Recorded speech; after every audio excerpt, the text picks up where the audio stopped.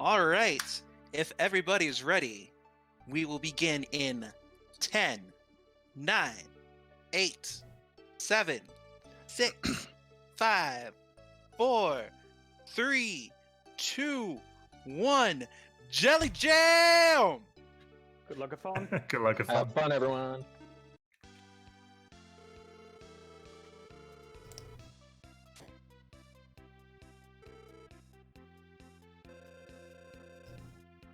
Okay guys, welcome to Jelly Jam 2021.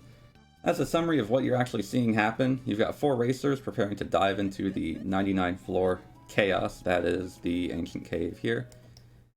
The object of this challenge is going to feature trying to 1, make it to the bottom floor with enough items to kill the jelly, and 2, complete those challenges along the way. You guys have taken a look at the rules. You may be familiar with what challenges are going to be, well, challenging our racers. What do you guys think about the start of what you see here so far?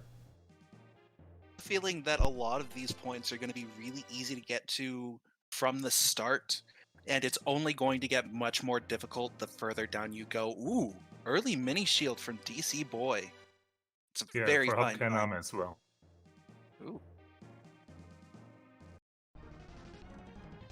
It's an important item because because of the IP of the item. It's called Battle Lust. It increases attack power for 1 person, and it jacks it up. Yeah, there is Valor for HabKeineName as well, so that looks like a good start. I see a reject party for DCBoi on the top right. Now, Yeah, DC running in with the reject percent. one thing to bear in mind is that there is a point in the category of setup in which you jump into the cave with a party of more or less any kind. You Providence out, change your entire party, and then re-enter the cave. That can be done in, realistically, 10 or so minutes. So picking up some key red chest items like a mini shield right now for DCBoi, while looking nice on paper, isn't necessarily what he's probably going for, because I have a feeling he's going to be Providencing out and swapping his party around. Very true, very true.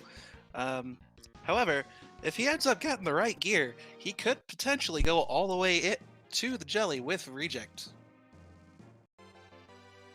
Yeah, that is certainly a possibility. Whether that's his battle plan, I'm not sure, but it would certainly be flexing. That is most definitely a flex. There's a reason they're the rejects. Yeah. So HabKeineName and Domskee both already have a healing spell, which is going to be really good. Oh, yeah. Though Valor we is jumped- very expensive early on, IP-wise. Ooh. Hab just found an ice ring. That's a point for him. Yeah. But whether or not Hab decides to carry through the cave, whether he dies or not, he does keep the point of the ice we're ring. off to a good start. Already 3 of the 4 players have gotten the first point in the floor challenges, which is have your Form 1 capsule monster defeat an enemy. Yeah, everybody but So- it looks like Sinister. Yes, that's right. Now, because your capsule monsters are generally pretty weak, you want to take advantage of the early floors, weak monsters, There is a lot red of jellies, time to do mosquitoes, and such, so that way. Yeah, so maybe we can kill jumped stuff right quickly. into... Oh, and I see a powering for Domskee. We jumped right Very into the Jelly Jam specific commentary, but for those players who are new, just to wrap it up really quick, or for those viewers who are new to the game, this is a 100th floor roguelike with randomly distributed items based on the floor number you're on, and they're trying to get all the way down to floor 99 and defeat the boss of the engine. That's an Iris. It was a helmet. very These quick people are very nice. wrap up, wasn't it? Yeah. At the end, the jelly is the quote-unquote super boss of the 99 floors, and you have 3 turns to cut down through 9,980 hit points. Yeah. And Now- that's also the reason why the reject party is not that optimal, or not considered to be optimal, because Especially these not guys without have Becker. not a lot of potential. No, unfortunately not. Now, if you're unfamiliar with this game, 9,980 may or may not seem like a lot. The big thing is that in this game, you're very rarely having users or players deal anything more through general means of physical attack or magic spell of around the 300 to 400 range. There are some 3 to 400 tricks is pretty high. Yep, certain spells will deal a bit more damage than others, but the highest damaging magical spell that a caster is able to deal is about 400. Regular melee attacks on the jelly will cap out at around 200, so you need some means to deal a large amount of damage to the jelly to come near that 10,000 count in 3 turns before the jelly just gets bored and runs away. What do you guys think are some of the better options for dealing that high amount of damage? Well, if you want to count weaknesses, you could always cast Valor on something undead, but that's besides the point. Yes. Well- Oh wait, I thought Eli was talking about the jelly kill options here specifically. Oh yeah, jelly Right, killing right. options, because if you have to deal 10,000 damage to something that you normally can only deal, 400 or 500 per attack with, how are you going to do it? Well, I would assume you're talking about the Decablade. Or Absolutely. You would like us to mention that. Yeah. So, and now Yeah, there is a the mini Decker shield for Blade. Domskee. Wow. Wow, lots of mini shields today. Yeah. But Um, back to the subject at hand. Generally, the idea that you want to go for is to start off with what we like to call fractionals, which cut down a fraction of the current HP of an enemy. Which we talk about Decker Blade, and Decker Blade's IP cuts down half. So if we're talking about just under 10,000, that's roughly 5k. Yeah. So now a couple of good options include blue chest weapons, which deal a lot of damage, and if you pay attention to HabKeineName screen, there is He a just treasure found room one that in the he's middle of right a now. party room. Yeah, he's gonna take a couple of minutes or seconds or minutes, depend, to get there, and it could be anything from something completely useless to Like an a engage ring. really useful item. Like a Katie's Blade. We have an unfortunate Yeah, party for wipe from DCBoi. Ooh, well, that's That's what you get for going in with reject percent. Yeah, that can easily happen for sure. Yeah, So the whole party the good with news for reject him percent is is 6 minutes incredibly in. squishy. That doesn't make. Yeah, That doesn't make too much of a difference, no. right. So we actually see 4 completely different parties here, if I'm not mistaken. HabKeineName has taken what we consider the standard any percent party, so the most potent party to finish the category any percent in the fastest Yes. time, the least amount of time. And And yeah, as we mentioned, already spoken DCBoi about has the reject opposite of that. Yeah. Sinister looks like he's running with Maxim Guy, Salon, and was it Artie? I think it's Tia Guy and Lexus. Tia Guy and Lexus. Okay, I'm wrong. Maxim, of course, because you have to take can't Maxim. swap He's him your out. default character. Much to everyone's dismay.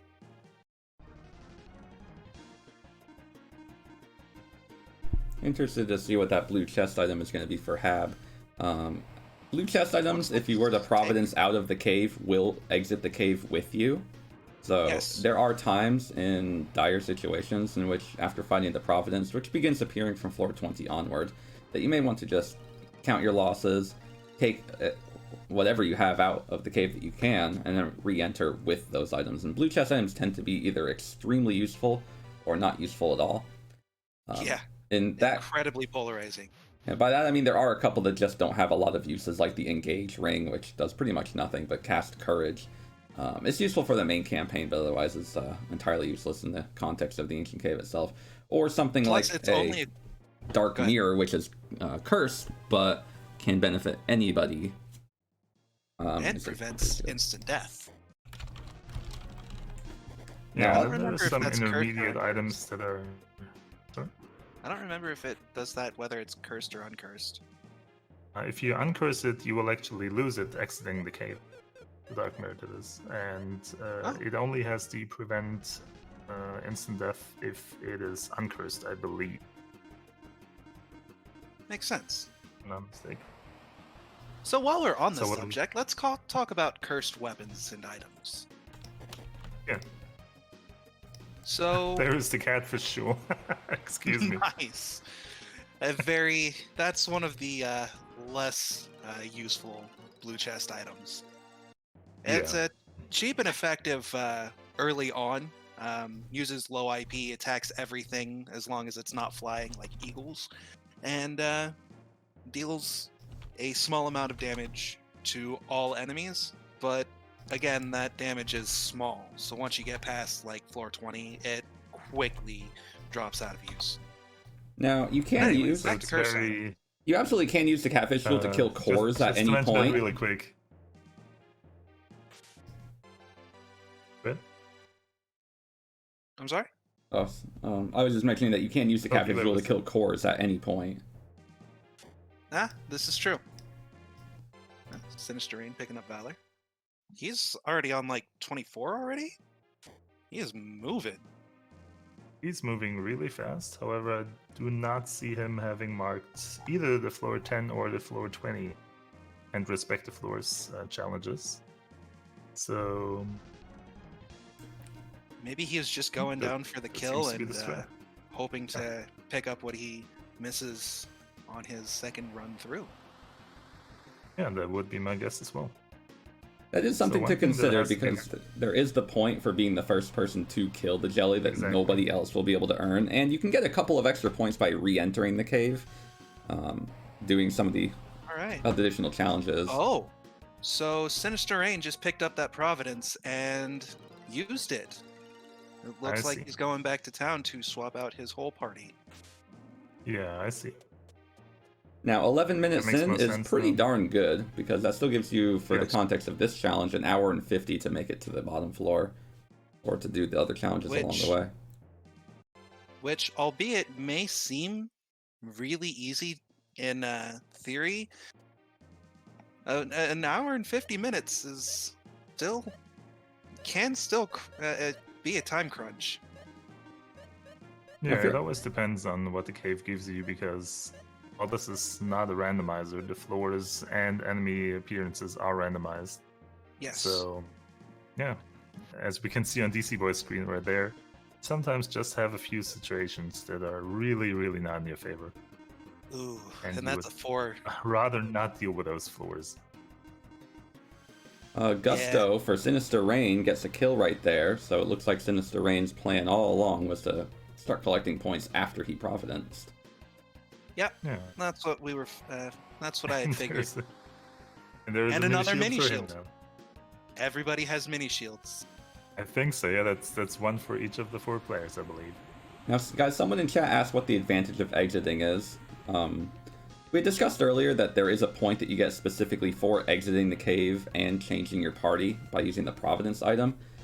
The other benefit is that you can take blue chest items found on your first run out of the cave and re-enter with them. If you die, you do not get to take them with you. You sure don't. If you die subsequently after having taken blue chest items out, do you lose those blue chest items? You only lose the ones that you found in the current run. That's Everything you have Providence with before stays for subsequent runs. Now, there are a Good few enough. ways to lose those blue chest items. You can feed it Yeah. to your capsule monster, and you don't get it Which we after will you exit. probably be. Sorry. And there is a red chest item, or a series of red chest items that you can also take out of the cave via the use of Providence. Anybody feel like sharing what those are? DC's got a those couple are of them. items. I'll let you go ahead Yeah, on that one. Alright, so these are Iris items. There's a point objective for those. To find 5 or more distributed among both the runners of the team. So those items can appear on every floor, and they have quite a rare appearance across all the chests. So you have a chance of roughly 2% per floor. It's a bit less than that. And every time you find one of those, the chance decreases. Yes. So, yeah. 5 is a really good number, as I think we've seen last year at Jelly Jam. I think we saw one race that had 8 in last year's. That is. I'm not sure, but The caveat I to making remember it there were a as couple of valid as it is that we're allowing you to, if you exit the cave or die, the found iris items still count towards your collection. And also because Yeah. the users could theoretically pick up, say, 2 iris shields. we're counting both. We're not requiring that they be unique found iris items. Yeah, so to explain that in a bit more detail, perhaps, is that if you provenance out, like Eli explained before, you keep loot chest items and iris items. But if you die with them, you lose those items again, which means they're back in the pool. The chance for them increases again. So if you find an iris helm or helmet on the first attempt, then you die in that attempt. You re-enter, you can find the iris helmet again, and in this rule set, it counts as 2 iris items for your team. That's right. Now, Good speaking thing of about unusual items, we found HabKeineName killing a couple of green clays, and he actually came out of that with an earth fruit. hey, that's a point. Yep, that is Very a point. nice, yeah. The floor 21 through 30 challenges include finding a fruit from an enemy drop, and that particular floor range features the greatest variety of fruits that can be dropped. The earth fruit is useful because it can be used to evolve Gusto to his M form, and even if he decides to take somebody different, he can feed up Gusto just to get that evolution point. Yep. And an Iris Jewel for DC, making it his 3rd Iris item. Wow. There are people who His run this third? game for Wow. hours looking for just one of those. Yeah, so is it time to talk about Manip? Oh, so let me interrupt that joke for something that HabKeineName has just found, which is Ice Walk, which is going Yeah. to go great with the ice ring that he found earlier. Sure is. So, yeah. The ice that's ring looking will mighty fine increase for the him. power of any ice spell that the wearer will use, which includes Ice Valk, Gale, and Blizzard. I forget what the actual modifier is. It doubles the However, spell it does power itself. doubles the spell Yeah. power itself, which is strong, especially on that tier 3, which would be Ice Valk, especially against things that are weak to it, namely Hydras, or Hidoras as they're Englished. Yeah. The Ice Ring So, itself I is mean, pretty good Ice because Walk- it boosts agility, and agility is one of the primary stats in this game because, especially early on or later on, you don't want to fight nearly as often, and you definitely want to outspeed enemies, so that way they don't get the up on you and shred you.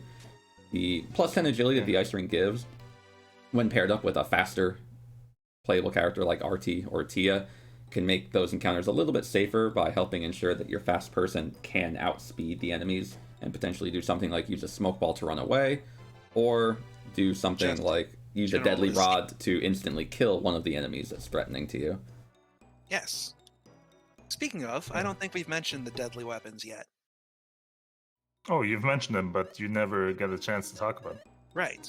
So, deadly weapons.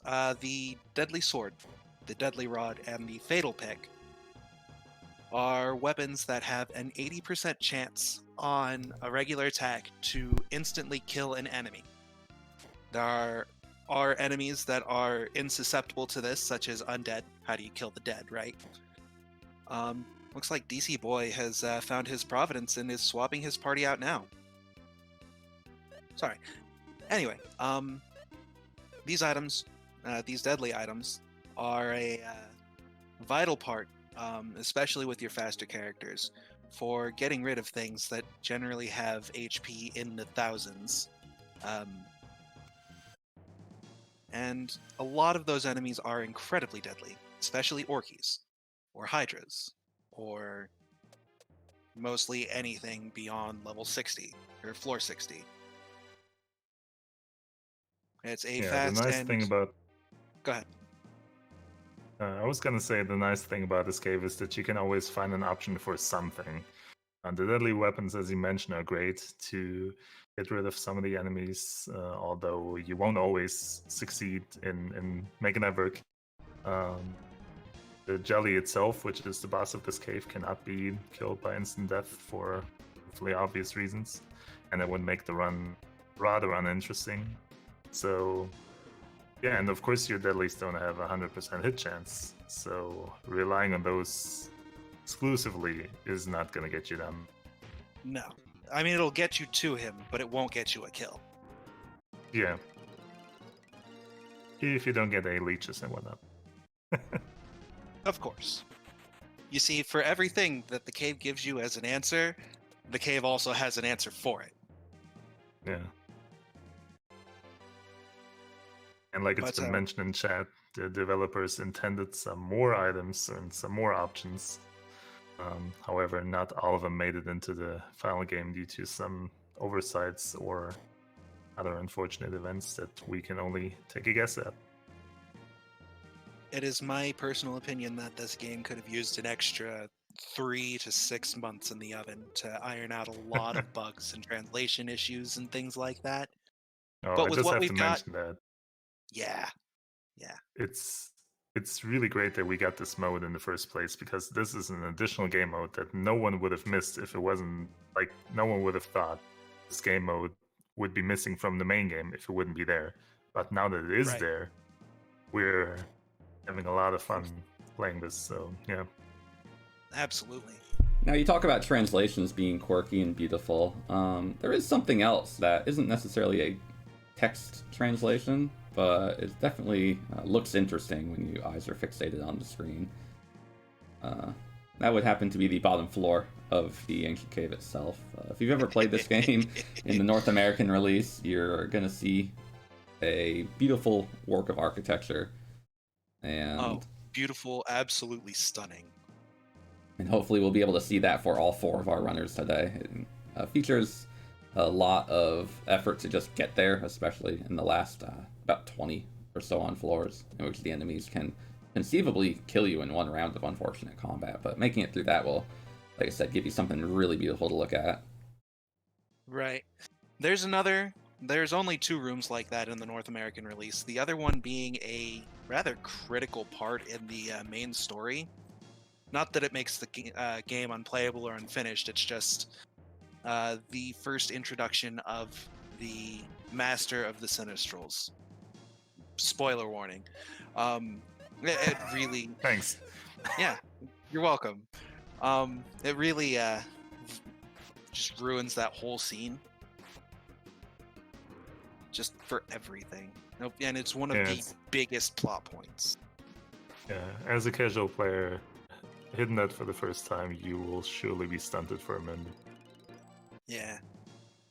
But like I said, it is so completely playable. It is just visual distortion.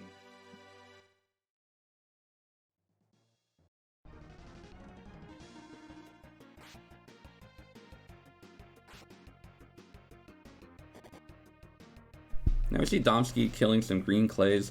There are a lot of enemies that you typically just want to ignore. They either don't give that much experience, they're a little bit threatening in terms of helping you survive an encounter, even when you have a pretty chunky member of parties or team of party members that can deal with the things you're going to fight. Sandgorms that he's fighting right now are also some fairly threatening enemies if you don't have too many levels under your belt. The main reason that these enemies are being fought is because of the fruit drop challenge for floors 21 through 30. These Sandgorms drop the useful, I believe it's the breeze fruit, and that's going to be useful for evolving a capsule monster. Or rather, the green clays drop the breeze fruit, the Sandgorms drop the earth. That's right. But since you find both in the same encounter, they're really good options for the point. Now, the thing is, with these particular enemies, it's almost impossible to get a back attack on them. The best you can do is hit them from the side, which gives you a 50% chance of getting a free turn against them. That free turn means your entire team gets a round of combat before the enemies can even get a chance to do anything else. But on the flip side, if you can't kill them, you're in just as much of a pickle as you were before. Interesting finds for DCBoi, by the way. An air whip that he cannot use. Not anymore. That is a Tia only? And an engage ring that he cannot use. The air whip is for the ladies, and the engage ring is for Salon, who is one of the 2 ladies. So, unfortunately, he's got some pet food, but that's about it. Yeah. It's kind of a shame he didn't find those before Providencing out. Yep. Well, hopefully he'll be able to defeat the jelly, exit Providence out, and find someone else to equip that engage ring. Although he did just pick up a mystery ring, which is a pretty useless ring all things considered, but it does boost the intelligence stat of a I'm sorry, it does boost the attack stat of a user by a little bit. So every little bit can count when you're fighting the jelly if you do end up That's right. having limited options. So we will take that as a win. I do forget, though, what the IP for Mystery Ring is. I believe the IP is Mirror. Yeah. It's something. Yeah, something useless. Let's say that if it would be terribly useful, you would know. Yeah. And DCBoi also finding something interesting, a healing tile. These tiles are under special-looking bushes that, after you get rid of the bush, will allow you to step on it and complete full party. It won't revive, and it doesn't show up on every floor. It shows up randomly, but it is still a very pleasant thing to see.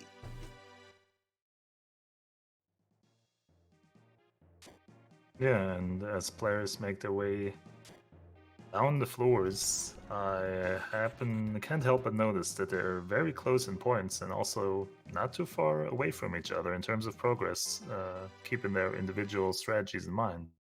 That's right. So I'm really liking this race so far. Me too.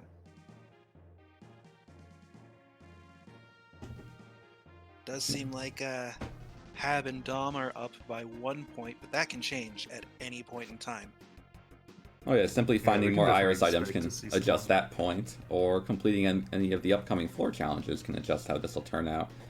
Our racers are approaching the 30s range, and from floors 31 through 40, the floor challenge is to survive an instant death attack from an enemy. There are a couple of enemies in this range that can kill you in one hit, notably the Assassins, which are enemies that will almost always be faster than you. Don't say that name.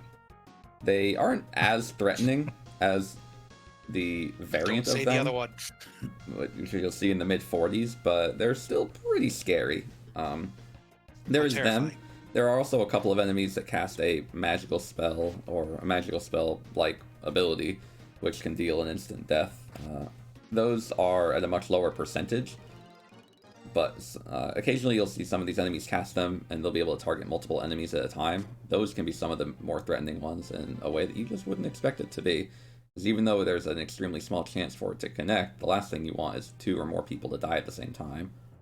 Yeah, it's still a non-zero chance to completely wipe your whole party. Now, HabKeineName coming up against some interesting enemies, the blue cores. We mentioned earlier how Yay. killing red cores earned a point, but we didn't talk about exactly how crucial they are. In an any percent run, or in pretty much any run of this, you want to kill cores because they give an incredible amount of EXP compared to the enemies that are found around them during that particular time. Red cores will bump you from level 1 to level 9 if you just kill one, and Yep. considering that you can complete this cave in the mid 30s with relative comfort, depending on your items, that just goes to show how much of an EXP boost that is. Blue cores give 5 times as much EXP as red cores, so even though they have about an 80%, 75% chance to run, 75%. they, 75. they're extremely important to kill because you want that EXP boost. There are 4 sets of cores. The red cores appearing from floors 9 through 11, blues from 32 through 34. 11 to 13. Oh, what was I thinking? Red mimics. Never mind. Right. And then, 11 through 13, and then Blues green. are Those are 32 to 34. 32 to 34. And Green. then from 41 to 43, you've got your green cores, which give 3 times the experience of blue cores. And then I think it's 56? No, 58 through 60 for the final 58. cores, which are called no cores. They give as much as 5 blue cores. Yeah. And as has been mentioned in chat just now, Domskee is trying to go after one of the goals here with very deliberate strategies, I will say. He definitely looked into that before. So he's trying to kill off these pugs, which is an enemy that you normally do not really want to mess with, or there's really no big reason to do so. Pugs are mean, And- they're angry, they call for reinforcements, and they have a variety of all-party attacking fire attacks, which can very easily shred a moderately leveled party. Yeah. And yeah, it seems like he's keeping one of them alive. You get a lot of them into this battle and farm the fruit that way to get like the highest chance from one battle. Or possibly he's trying to farm to level 99, although... I wouldn't suggest that one. Yeah, me neither, especially with a time limit of 2 hours. Right. Yeah, it is a valid strat for sure. And we can only hope he gets the fruit. Just like all the other runners.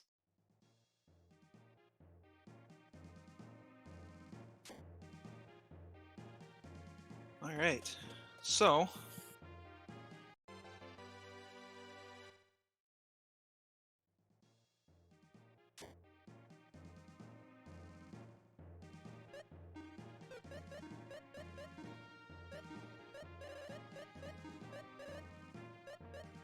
Yeah, all of a sudden everything went quiet.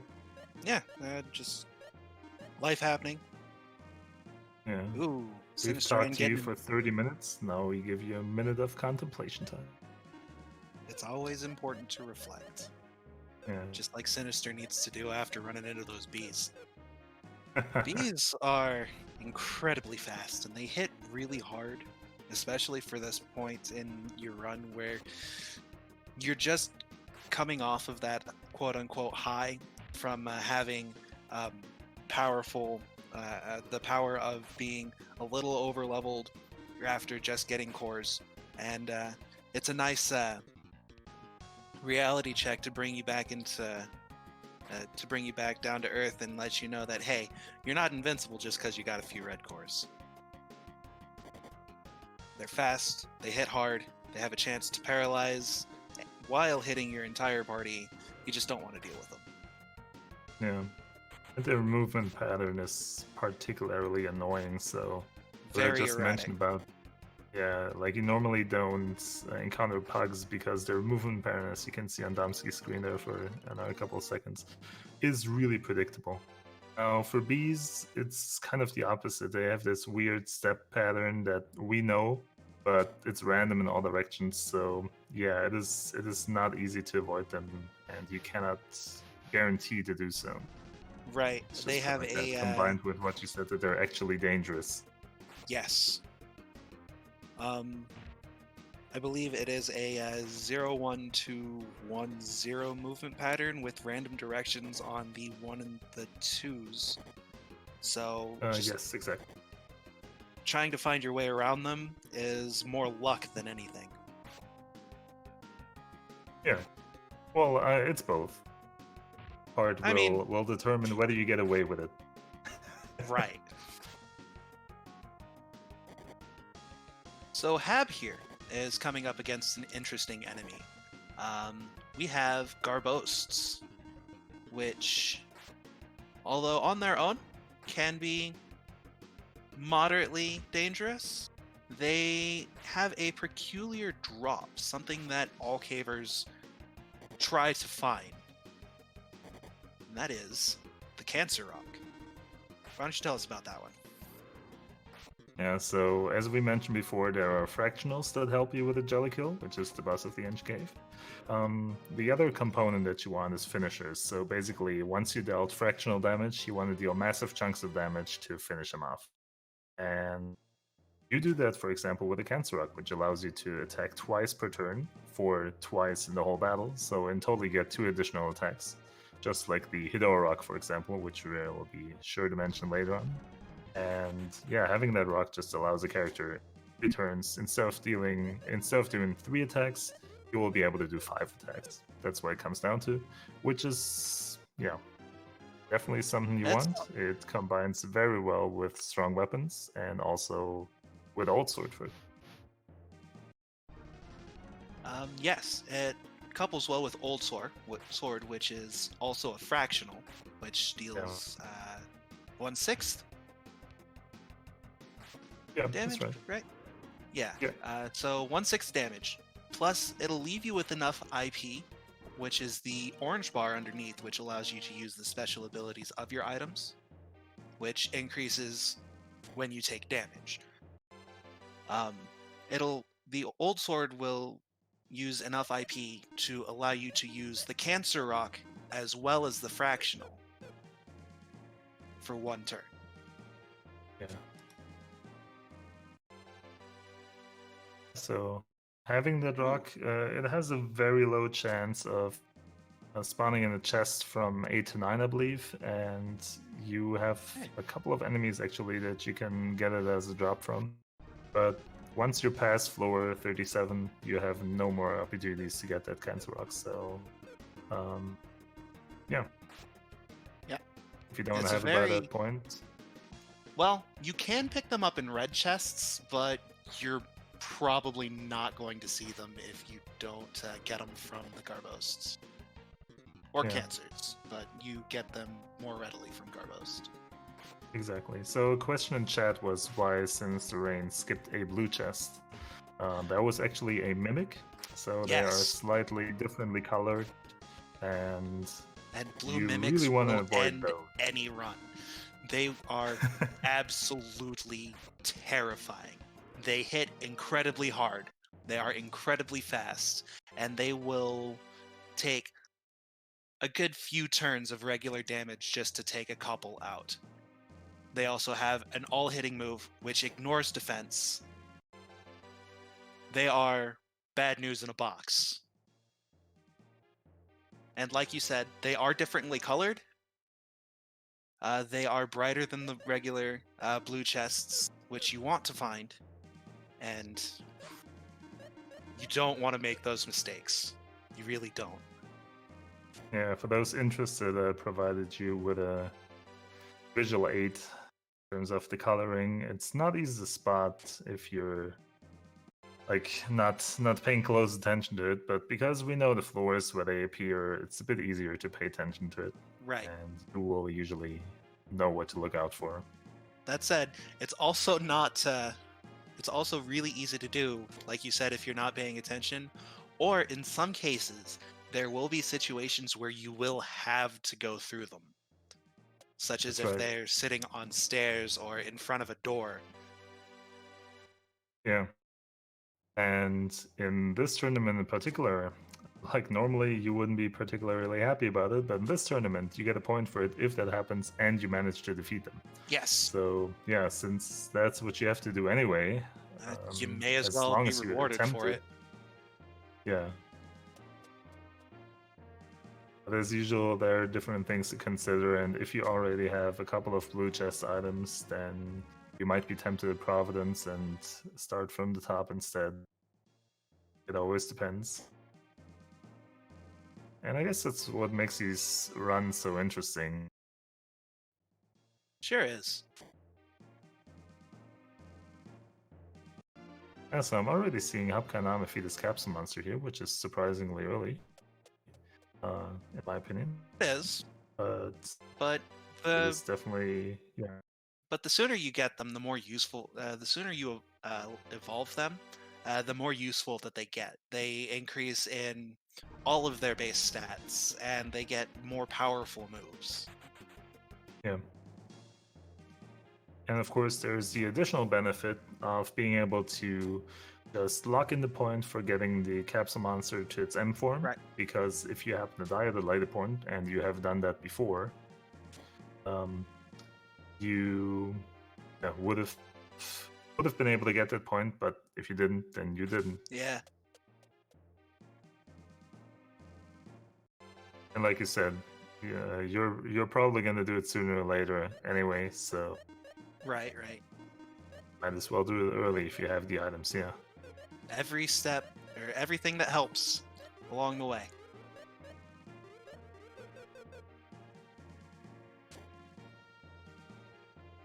Yeah, so there is a variety of things to consider.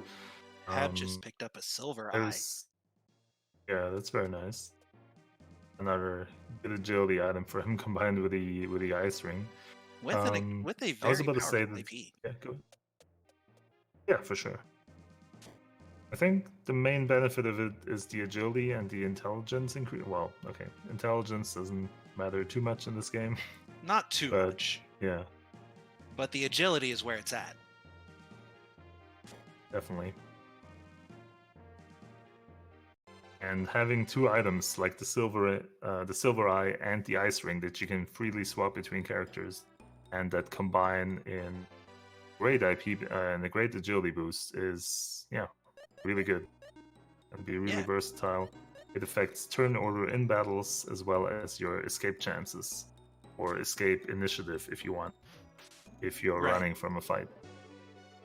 And that is effectively the average of your entire party against their entire party's agility. Yeah, of your fastest and your slowest character. Yeah. Oh, fastest and Which slowest. mostly comes down to the same thing, but Right. It's an you average. want to be real critical about it. See what I did there? I did. I like it. I love it.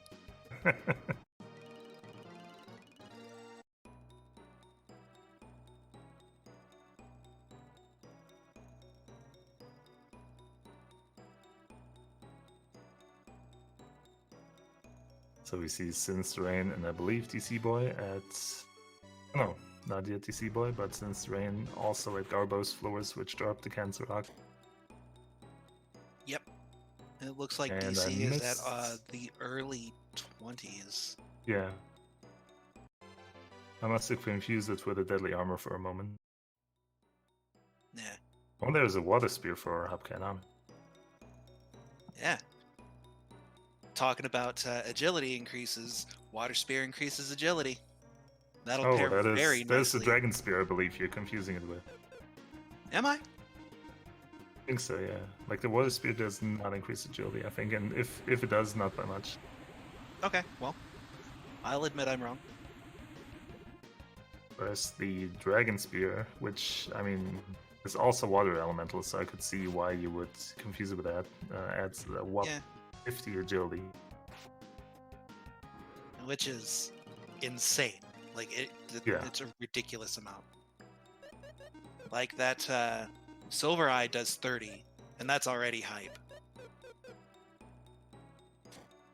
Yeah, unfortunately, of course, you want to use your agility items with the Deadly Rod, or, any deadly weapon on your fastest character. So, obviously, the Dragon Spear will not help you with those. Unfortunately not. But still, it is also a powerful weapon enough that it'll help you out in lieu of a deadly. Yeah, definitely.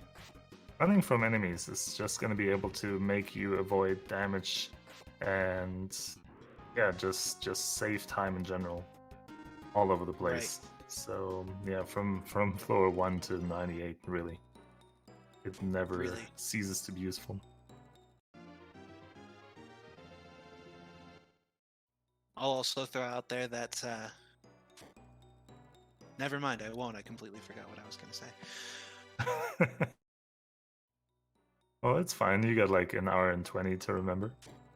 Yeah, sure do. So it looks like Chad here is talking about ninjas. I didn't want to have to say that name. But we need to talk about them.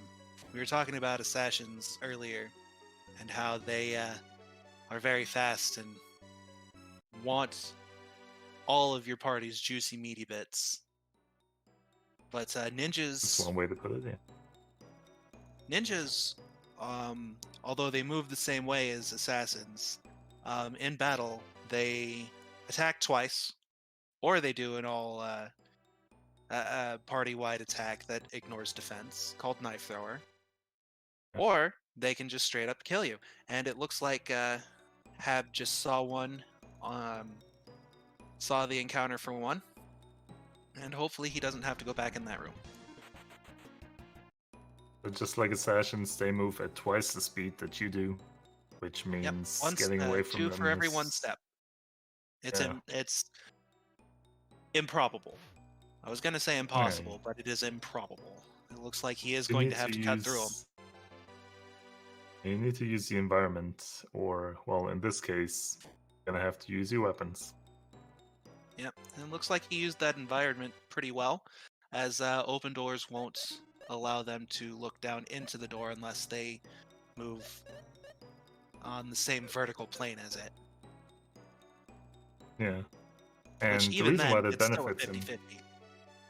Exactly, I was gonna say the reason why that benefits him is that he gets to attack the enemy from the side, which gives him a 50% chance of getting a free turn at the start of the battle, in which the opponents will not act, which means you can run away, you can do a full set of attacks before, the regular part of the battle starts.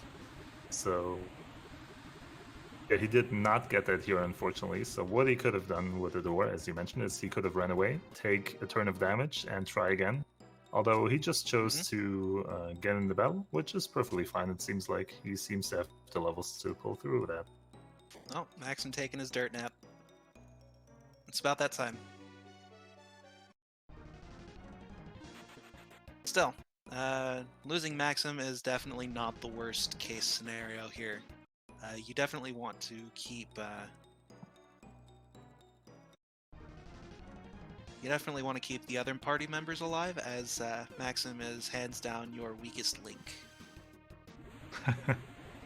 And this in HabKeineName's party for sure. Yeah.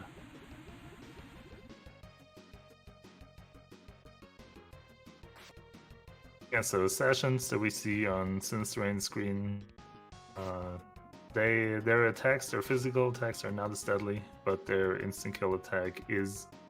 So Yeah, those an are 80% more grinding chance. down your resources. So it's like Yeah. you using a deadly item on yourself. Is it 80%? Oh, yeah. Yeah. That's not great. So basically, those guys are usually tearing down your resources before you get to ninja floors, which doesn't help because those guys, again, are really deadly. And once you get past those floors, you're safe for a little bit, at the very least, as far as movement's concerned. Right. So something else that we need to mention. It looks like Hab is on floor 40s, which the requisite, which the point for these floors is to earn a jewel from a battle, specifically on these floors. And right now he's fighting Bryn's lizards, which drop a twist jewel. I forget the rate. It's a 20%, 15%. 15. One of it looks those. Like. I'm notorious for forgetting that, I suppose. Yeah, percents are difficult, especially with as many percents as you got to deal with Cave. Yeah. But Also, I'm old, which doesn't help. you're only as old as you feel. That doesn't help. Thanks. Darn. But anyway, yeah. Looks like Hab has one more floor of ninjas, and then he is home free.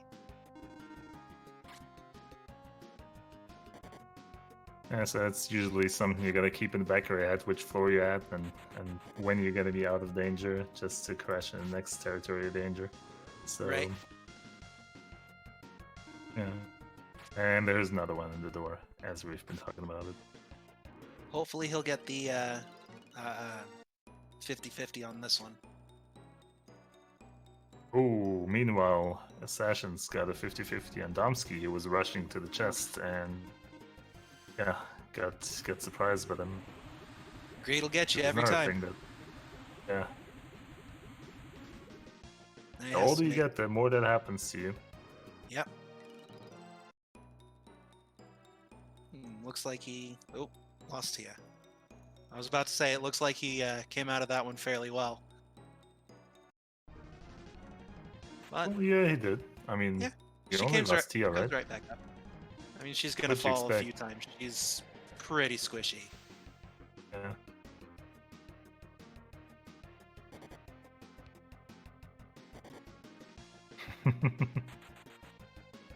Ooh, there's that knife thrower. Yeah. Luckily, he only got one of those. The Ninja Assassin and Green Core showcase, actually. Yeah, All in one screen. So all enemies you want to watch out for, the cores you're going to be happy about, and The others you won't. Sinister's going to be especially happy about it because you just got two he green got cores. 2 greens. That's huge. Yeah. It's pretty nice. So the funny thing about cores, they were designed to be like the metal slimes from, say, Dragon Quest, Dragon Warrior, whatever you want to call it. Like Dragon Slayers, I think. Yeah, where it's an incredibly difficult enemy to kill that really likes to run away, but as we've already mentioned, gives lots of experience. Yeah. Those are really the milestones you want to run to throughout the floors. You're trying to, swing yourself from core floor to core floor and kill as little enemies are than those in. Well, if you're really pressed for time anyway, Right. Or if you're in a speedrun attempt. Right. The point I was Of trying course, to you make do not is... always have that freedom. Right. The point I was trying to make with the cores, they actually have a bug where their magic defense, instead of being incredibly high, is actually too high and is actually underflowed. So they are incredibly weak to magic. Yeah. Which is good. I'm not gonna complain. I'm not complaining either. I'll take it any day. Yeah. So any damage in the game, any damage spell, I mean, in the game, will completely wipe 4 cores, no matter which level you're at, no Yep. matter which core. They also make fantastic absorb targets, best spell in the game, which Yeah. will drain MP from the enemy and add it to your own pool for the cost of only 1 MP and a turn. But who's counting the turn? Yeah. So It's a great looking way at of, the score tracker, Yep, go ahead. I was about to say, looking at the score tracker, I see that both teams now have the survive an instant death attack from an enemy, or at least one player from each team has that. The other player has not gotten it yet, and that is a team goal, as Eli explained before. So They will not be getting the point for that one. not just yet, anyway. Yeah, they could still do that. I believe mean, not it is all of them possible. are on those floors yet. Yeah. It's going to be kind of a rush to get there, as this is on the 30s, but Yeah. it's possible. Yeah, and I notice time flies, actually. I'm not paying attention too much to it because I'm not running myself. Right. We're But already we're about already at half 50 an minutes, hour in. actually. Yeah. Oh, some very interesting movement observations can be made at HabKeineName's Iron Golems here. Something weird Oh, happened man. with the teleports just now. I missed it. What happened? Basically, them walking through the teleporters because the teleporters teleported to them. Teleporters are just weird in general. Yeah, They'll go wherever a lot they of want to go. glitchy behavior. Yep. There's that one turn where they aren't exactly solid, but you can still get in encounters with them. And then they just Yeah. kind of teleport to whatever block of squares the teleporter is designed for. Yeah. Some will only teleport if you're close to them, and will teleport close to you. Some will only teleport if you're far away from them, and some will just teleport just because they want to. Yeah. Master Sinister picked up a silver sword and a crystal wand here right after another. So as I mentioned before, or as you hinted on before, the Cancer Rock is quite potent in terms of dealing a lot of damage at Jelly. There are also a couple of weapons that, as IP attacks, they themselves can do 3 times the damage in a single turn. And silver sword and crystal wand are some of those items. Yes. So, yeah. Funny thing to mention about those items is that their base attack is also elemental. So if you know elemental matchups between enemies, you'll find yourself in a really good spot. But yeah, like you were saying, the 3 times are fantastic options for finishers. The Silver Sword especially is one of the better ones for maxing. Yeah, definitely. You would be happy to have it. Every time.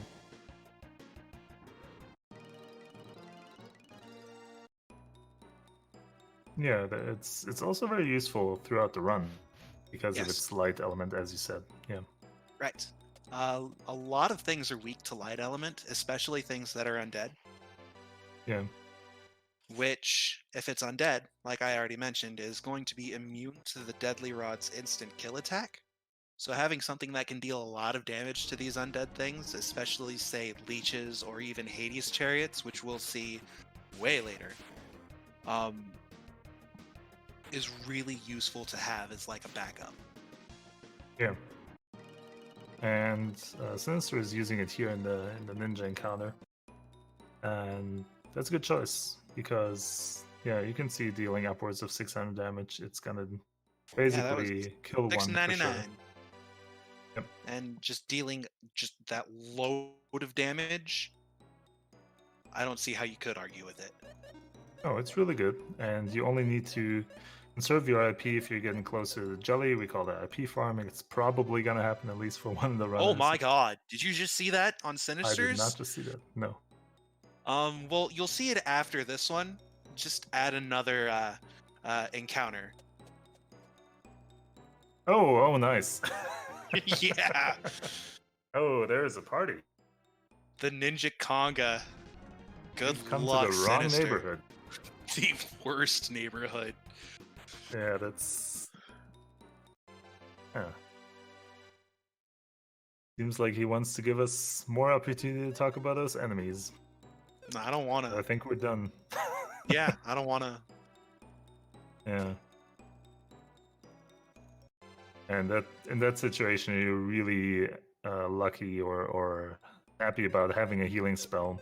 Yes. And he has champion here. He is using it preemptively to make sure he survives those spells. So yeah, I'll play.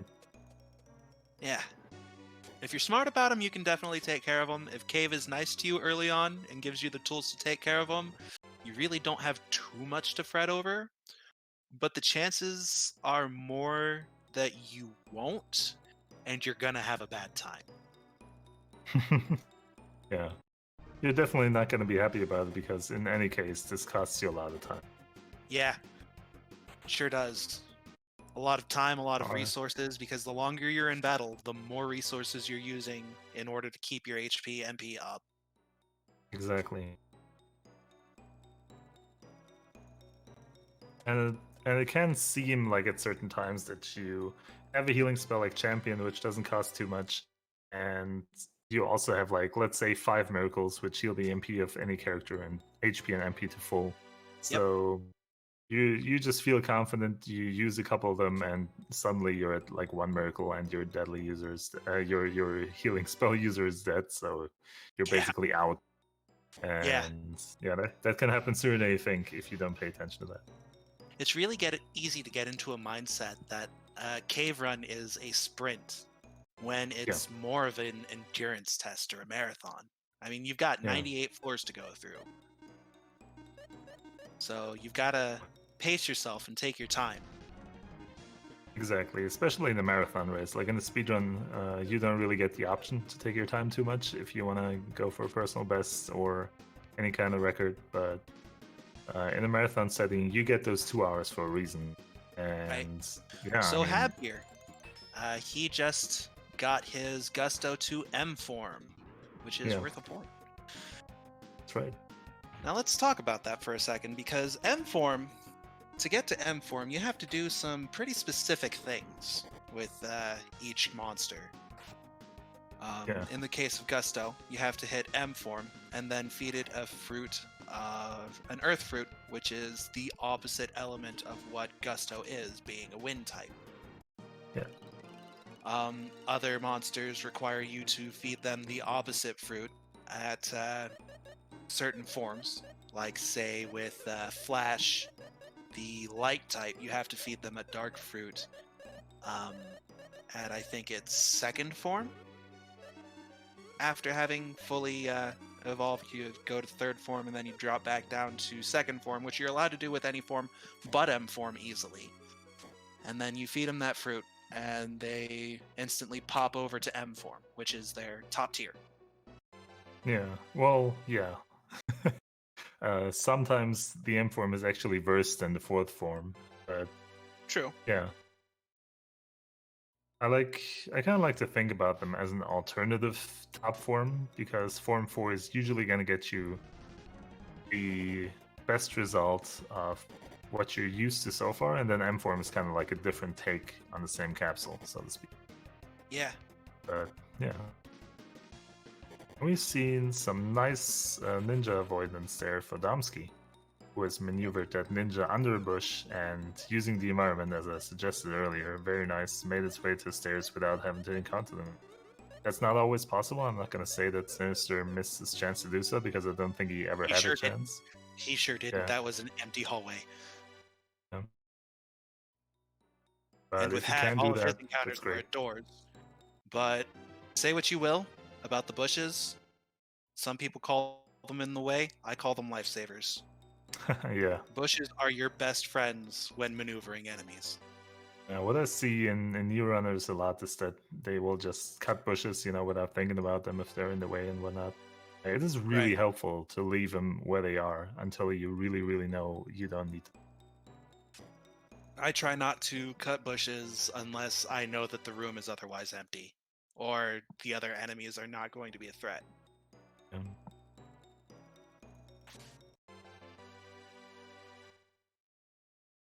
Yeah, so HabKeineName has filled the entire point objectives for the first 50 floors, which means that, yeah, I mean, he's in a good track. He is.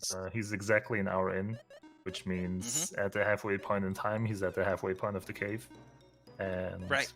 yeah, He is doing phenomenally. looking good for him. As far as the other point objectives are concerned, as the other team's point objectives are concerned, they are more split up, unfortunately, which means that, well, okay, both teams don't get any points from that, but HabKeineName and Domskee still have the opportunity to get those points as soon as Domskee reaches the floors and completes the point objectives. Right. It looks like Domskee is on the 40s, late 40s, so he still has the opportunity to get the jewel. He has passed up the chance to do the instant death, which honestly, Yeah. I don't blame him for not going for that one. It's kind of a tough one to get. Takes time, energy, knowledge, and the risk of a wipe is clearly there. Yeah, although I have to say, I think I misspoke, and it was Domskee who got all those points, and not HabKeineName actually. So it's exactly the other way around. But HabKeineName is also those floors, right? So yeah, I have seen, however, Hab grab a twist jewel from the Bryn, so I don't know. oh, that's nice. Yeah, so he's at floor 57. So the thing Domskee here looks is to to be have also at the late 40s. Yeah, late 40s. yeah. Late 40s. Oh, and DCBoi is in hell. Uh-oh. Good luck, DC. Yeah. Meanwhile, HabKeineName finds Artie's not so good bow. That's And not so some good no yet. cores. Ooh, no cores. Oh. I see no cores. Yeah. They were there and then they were gone.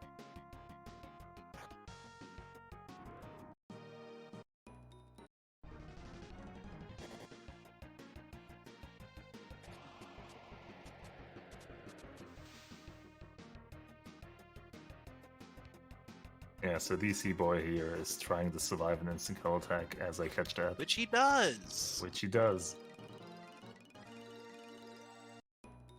Well, again, yeah. Since he had already done that. Had he? I think I missed Yeah, that. I keep confusing those names, yeah. Whoever made that tracker should probably think about some redesign. Yeah, whoever made him. Oh, very nice movement here from DCBoi. That was the exact movement you need to do to get through those encounters, well, as well as possible. Of course, now he has to take a 50-50 if he wants to just continue, but let's see if he finds another solution for that too. Nope. Nope. He ate that 50-50. He did, yeah.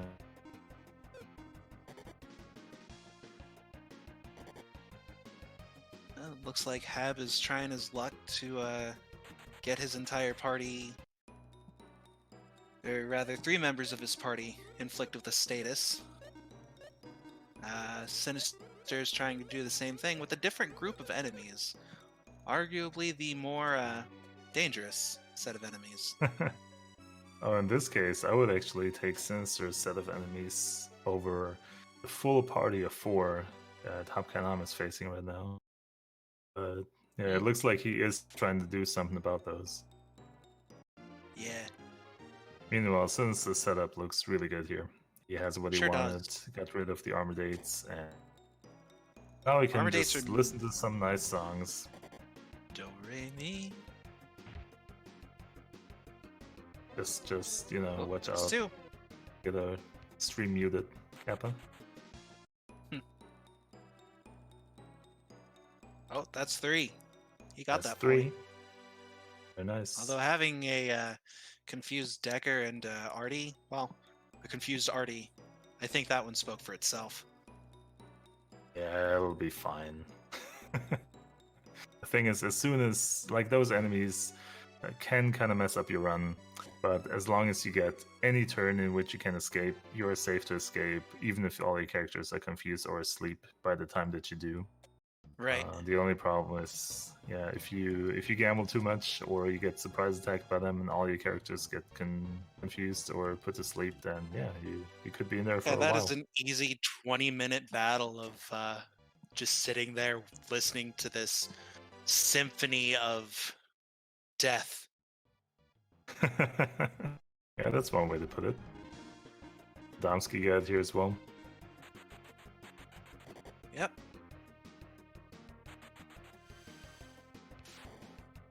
Yeah, this is still a very close race at 10 to 10 all runners. So making good progress here, I will say. Sure so. are. Looks like Sinister just got into the Hydra floors. Sea Hydras, it looks like. I think he's on 53 exactly, yeah. Yeah. I think we've already spoken about how they want to get that rock.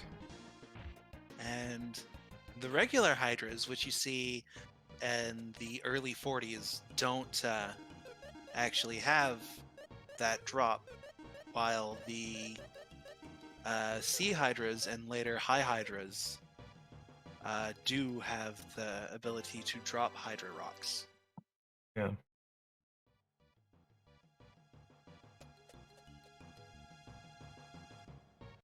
Meanwhile, I don't know whether to call him lucky or unlucky, but HabKeineName is really resilient towards confusion here. Any other time, I'd call that incredible luck. Yeah. You wouldn't mind that happening for sure. For sure. Oof. Ooh, and now there goes Artie, so yeah. Death is a status in the game, but it does not count towards the goal. Nope. And Paralyzed does though. Oof. Ooh, and that, That's a wipe. Ouch. Unfortunately, all of a sudden these guys are turning into full attack mode, and Alright, Yeah. so you win. The Sirens are the better option. yeah, I feel confident about my choice there, yeah.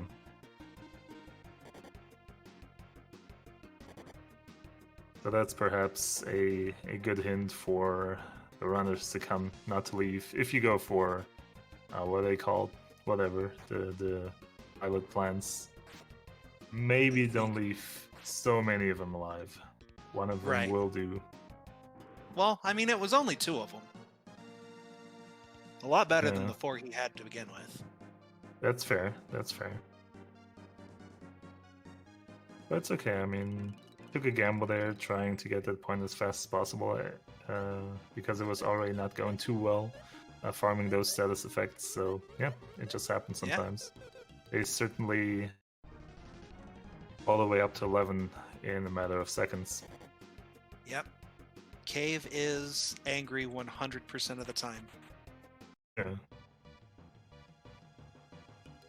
But this is all but over. He still has 50 minutes or more than 50 minutes to work with.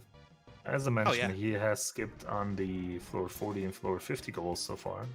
And yeah, he has all the time in the world now. Well, okay, more or less, to get those goals still. So yeah, Yeah. this is not over, and of course, none of the other runners is by any means guaranteed to finish their runs. So there's Right. some stress here. I mean, we're talking about how there's ways to deal with the cave, and but it's very dangerous. But it doesn't mean that everyone is going to be a success as long as you don't mess up. There is a certain amount of RNG that you have to deal with, and yeah, cannot always mitigate.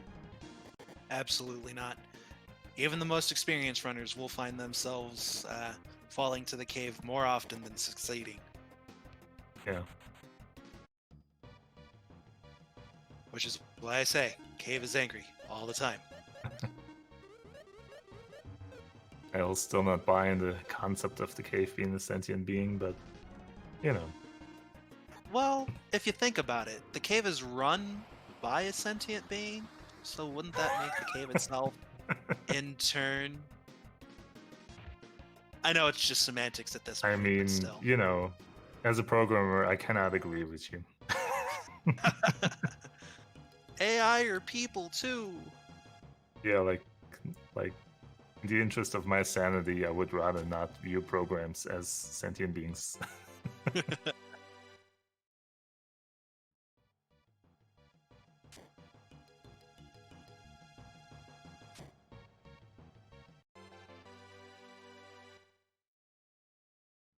Yeah, so Sinister is pretty determined to get a Hidorok here. He's trying to get a setup where you can get 100% first strike on some of these enemies. And But those dragons are just in the way. yeah, the dragons are trying to make it hard for him, for sure. There he goes. There He he got it. goes. And that's the high Hedoras. So do you want to talk about how deadly these things are just regularly? Ooh. Well, DC they boy just attack. got a sky sword. Yeah, so they attack 5 times, which means they can, well, you know, on average, hit every character in your party more than once. Mhm. They deal considerable damage. I will say, as you normally try to avoid taking damage from them, I am actually not sure how much damage it is because, yeah, fortunately, I haven't been attacked by them in a while. But I think on average it's like a good 100, 125 per hit.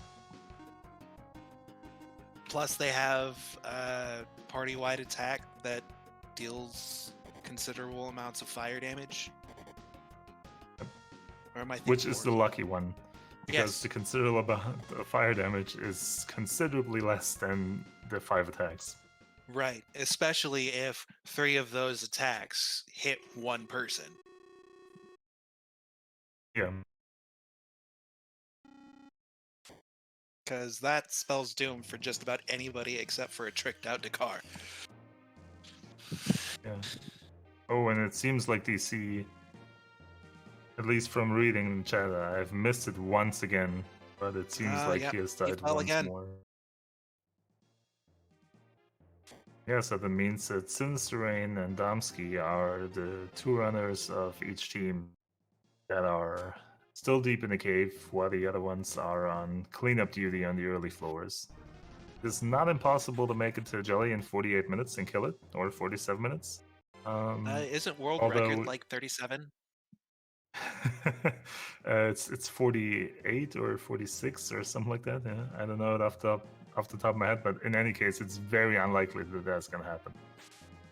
But And it's yeah. still possible. Never give up. It is still possible. I mean, you never know until it happens, you know. Right. We've seen a 1 hour 2 minutes marathon run just in 2020, which yeah. That was Fatal Blowout, right? No, that was on a live marathon event. Oh yeah, that's right. Shout out to Trevik Talks, who was running that. That was a very impressive performance, and I don't think anyone would have expected that. But yeah, things like that happen. Sure do. Unfortunately, they don't always happen when you want them to happen. So, while that is definitely in the cards, chances are that it's not going to happen. Right.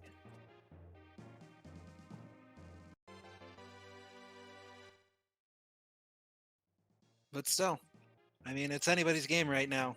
Since we're not going for how deep we go, but what we do on these floors. We're all tied up as it is. Exactly. It's anybody's still game. 10 to 10. Yeah.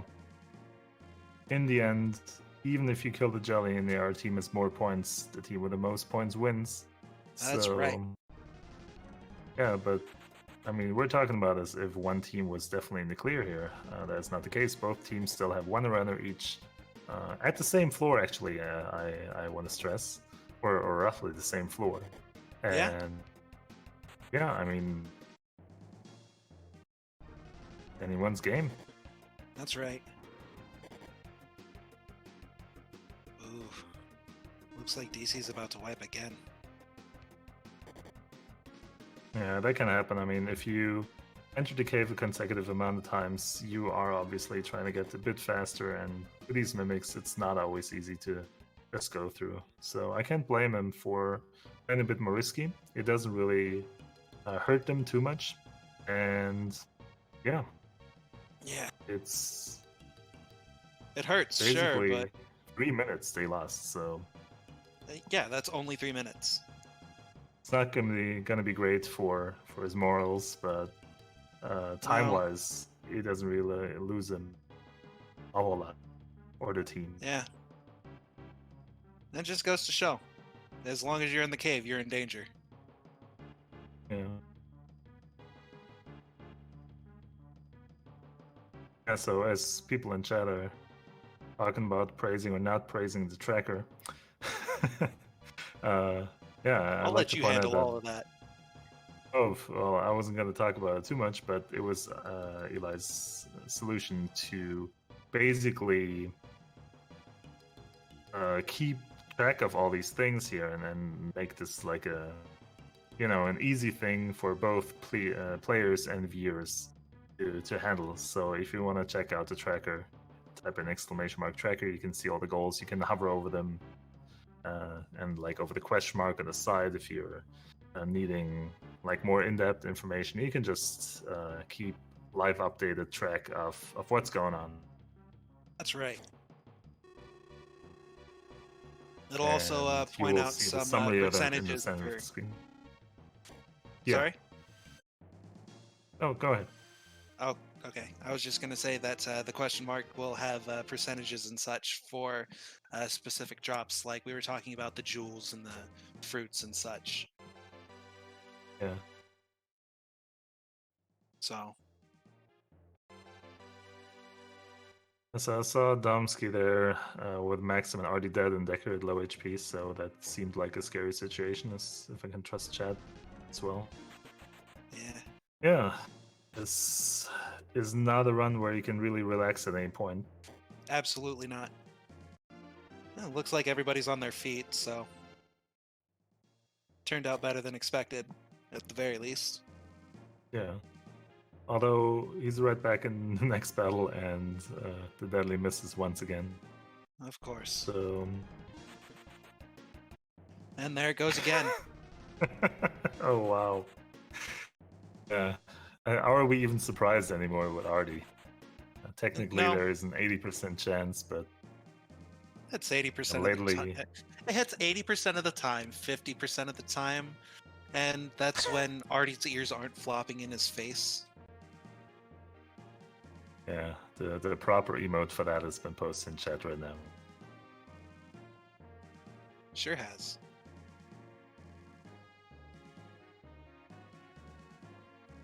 But he made through it eventually. Never tell me the odds, kid. Wait, no, he was talking to C3PO. Never mind. I'm mixing up two quotes, two different movies. I'm the worst. Yeah, that was Dirty Harry talking to someone about odds, I guess. No, same series of movies. It was Empire Strikes Back when they were going through the asteroid field. Never tell me the odds. Oh, I got you. Yeah. And then I was thinking, don't get cocky from the first one, when they were escaping the Death Star, or the cruiser, destroyer, rather. I got you.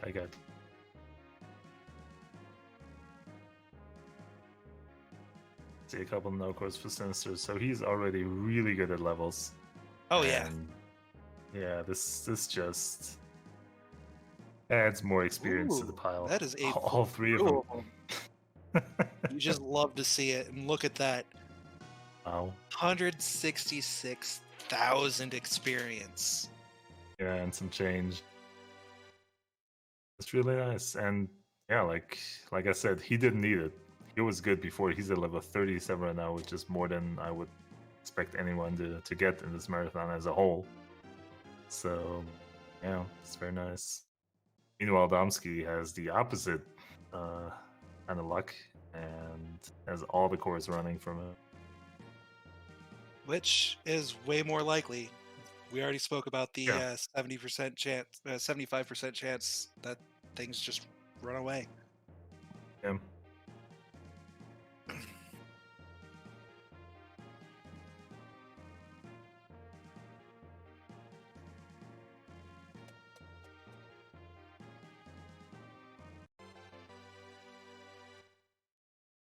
Yeah, so levels in general, past level 30, they don't make too much of a difference anymore unless you get a lot of them. But whether you're level 31 or 34 is almost, yeah, It's almost it's almost the inconsequential same. once you hit the jelly. Yeah, for all intents and purposes. The only stat that matters, as we've been hinting on before as well, is agility. Even if that increases by 2 or something like that, like a really minor amount, it still helps you because every time you're in a speed tie, every single point of agility matters. That's right. And yeah, that is really the one stat that you want those levels for if you can get them at all. Right. So while going from level 34 to 37 is, yeah, in jelly term purposes, not really that relevant, I would say. Of course, it can make the difference, but you wouldn't know that now. Look at that room on Domskee's. Yeah. Party Maybe room. it's because I'm looking at 4 screens, but I'm seeing a lot of treasure rooms today. I mean, there have been a lot, considering, even. Because usually you're going to see like 4 or 5 for a run. And I feel like we've seen 4 or 5 for at least everybody now. Each run. Yeah.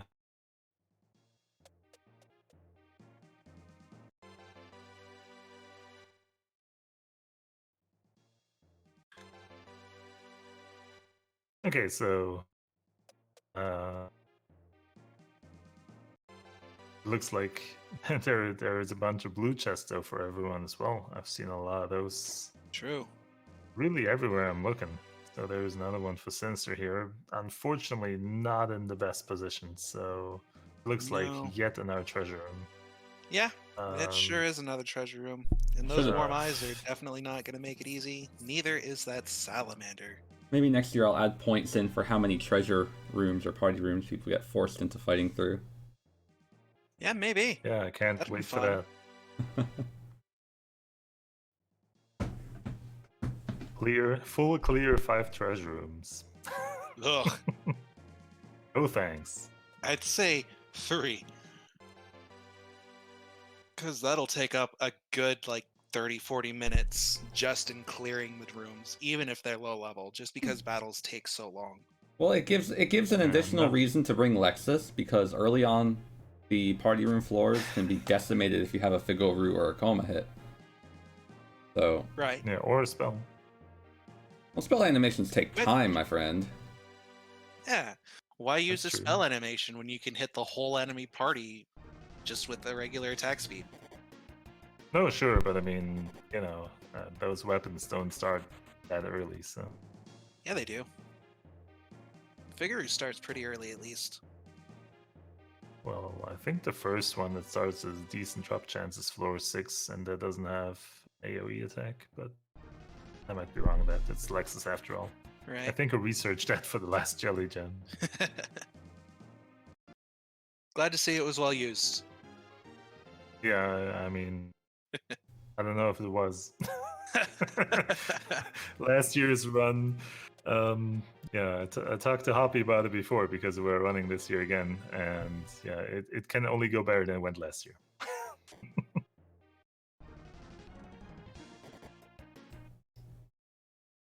Oh, so Sinister looks determined though to fight his way through to it. Yeah. Let's see how well this greed treats him.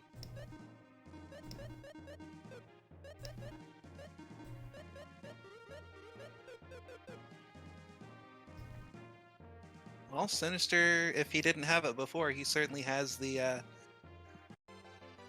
3 status effects. Yeah.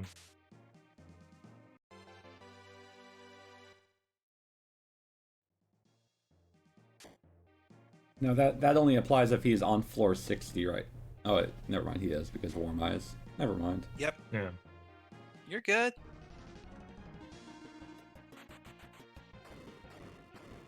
Oof.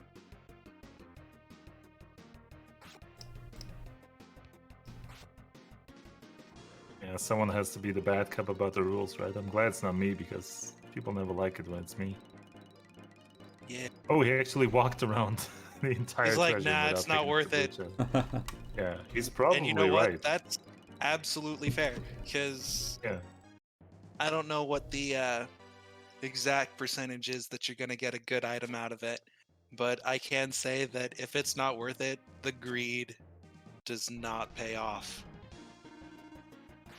I mean, You got to be able to say no. It's just like your opinion, man. I want to see Alright. like 80s played.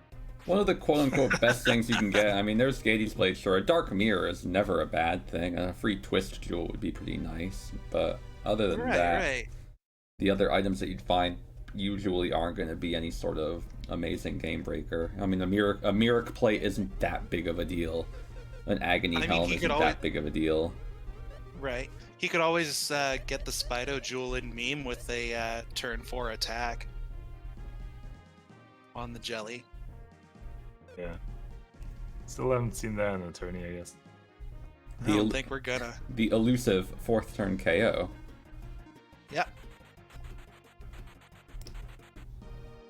Now, for those in chat who are curious, the jelly has 500 agility, and even if you were to stack up the fastest party member with all the agility gear that you could get, you're probably not topping 400, even with agility boosting spells from Fake. However, the Spido Jewel's IP reduces enemy agility by 40% on a first use and 20% on the second use, so that can bring the jelly down to, well, a much more manageable amount. And You're still gonna need to pump your agility in order to get to it, but it is possible. Oh hey, look, Sinister is rewarded with a silver eye for passing up the other blue chest. Silver got pretty good agility. Not quite Twist Jewel agility, but... Quite, no, but the I IP don't- is certainly makes up for it. And I don't think anyone would say no to a free Silver Eye. I wouldn't. Now, if you were to try to farm one of those yourself, it's a 2% drop. On some of the most deadly enemies in the cave. Well, Domskee will have a little easier time killing them himself if he decides to, because he just found a Lizard Blow. Oh hey, I didn't see that. Lizard Blow is huge. Yeah, Lizard Blow is the most powerful weapon that has a built-in 3 times damage attack multiplier, which makes it one of the most flexible options that you can get for any user. If A he's going for fantastic the finisher. task point that is defeat the jelly without rings and rocks equipped, the Lizard Blow is a great finisher for anybody, in particular Absolutely. someone without a blue chest weapon or a fairly good 3x alternative like Lexus, or especially for people like Decker and Guy if they don't have a big fractional attack. Guy in particular, since he doesn't get Decker Blade, of course.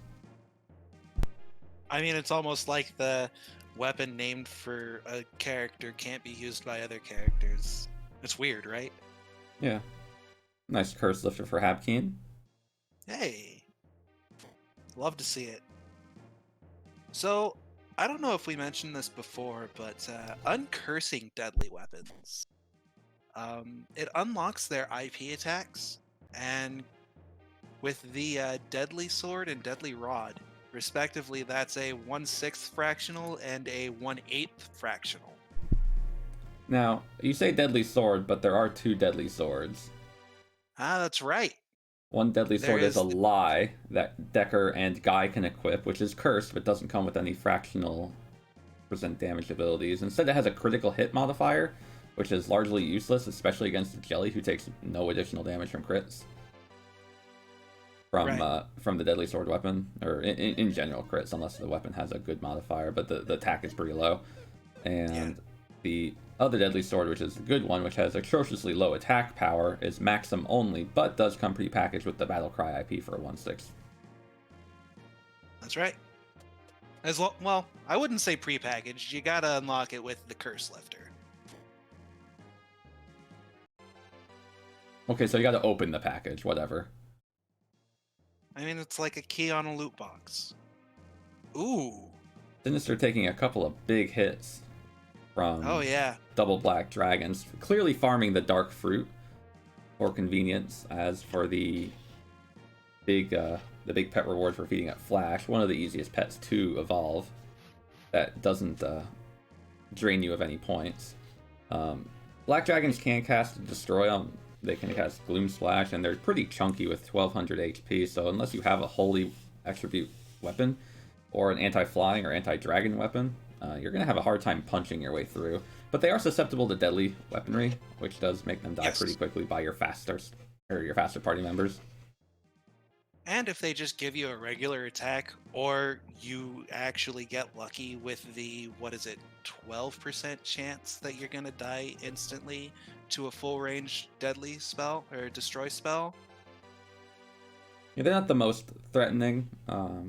Their drop rate for the holy fruit is also pretty high compared to other enemies that drop elemental fruits. The black dragons and white dragons have the higher percentage drop rates. So despite being a little bit more threatening with the instant kill abilities that they have, they're probably the safest thing to go for. Right, especially, considering that they're offset with the high drop rates compared to the others, that you find them so late in the cave. Ooh, Water Gaunt. Nice Water Gaunt for Artie, or for SinisterRain. Artie and Salon can both equip it, and it boosts agility, which is, especially in this point in the cave, a big deal. Right. We've only been harping on it the whole time. Oh yeah. Now the Cold Rapier that he picked up is interesting because that's the weapon that also boosts agility. So for people like Salon, Maxim, and Artie who may not have a deadly weapon available, that can Are we about to see another point? give a little bit of help. Yep, it looks like SinisterRain just got the Orky point challenge as soon as he kills this current. He played it safe. Yep. I don't know if you guys described Orkies. I was away for a short while there. We haven't mentioned them at all. Okay. Orkies are a Hydora alternative that have the potential to attack you up to 8 times, or cast the ability Octohead Blast, which is a multi-target fire element attack. The Orkies themselves... Which you definitely want to see over the 8 attacks. Oh yeah, the Orkies themselves, I believe, have the highest HP of all enemies in the cave. They're weak to Thunder, but with over 2,500 HP, they're not going down very quickly. They're fast enough to be a threat, and if you don't get the back attack on them or kill them, dealing with potentially 16 attacks from 2 Orkies is almost certainly a game over, no matter how stacked your gear is. Absolutely. That said, that's even 100%. Yeah. And a 100% run is scary. But the challenge of win a battle that has at least 1 Orky in it was worth a point, and he got that one in spades right there. Sure did. Which puts them in the lead and breaks the tie so far.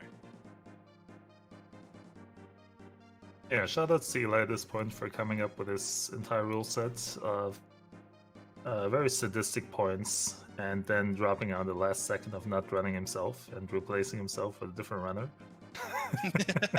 Yes, for clarity there. Very nice job. SinisterRain and I were originally going to be partners in this event.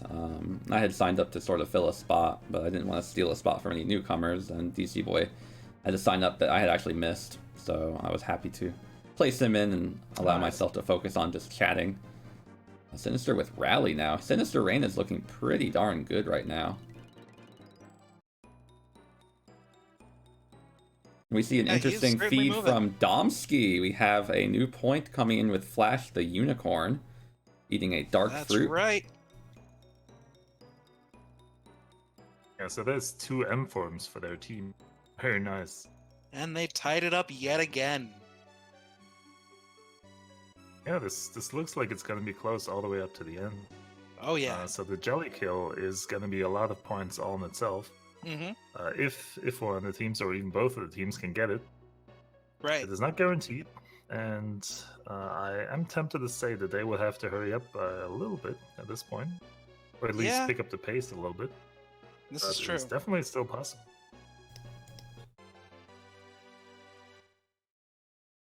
Of course, I'm also not aware what kind of equipment they're carrying, so it is perfectly possible that none of them has a really good shot, and therefore Right. they're trying to go for the individual goals.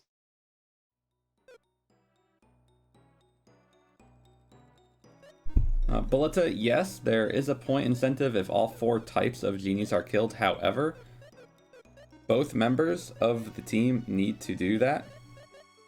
And the kills on the genies need to happen within the floor range of 71 through 80. Yep. So while genies of various types can occur on a handful of other floors, beyond that, specifically, I believe up to 87, the ones found... Let me actually correct you on that. The floor challenge is for 81 to 90. Oh, 81 to 90, that's right. Oh, yeah. If only the tracker had the floor numbers for all of them. I should have rephrased So a if few you of those hover things. over them, That it turns out that it hurts. shows the goal name. Yeah. But he made it out. He made it out with 52 HP on Decker.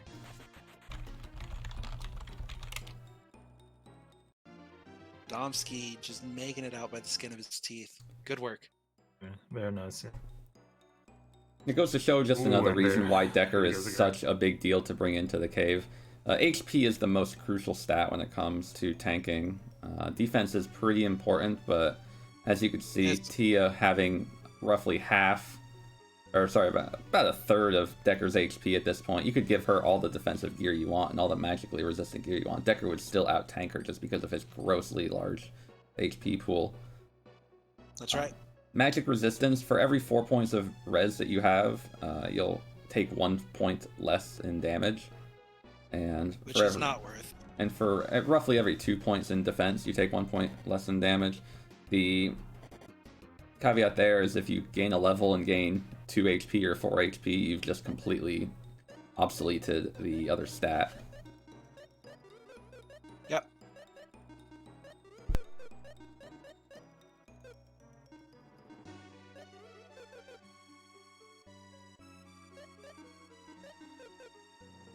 Well, it looks like Domskee made it to the next floor after one terrifying struggle.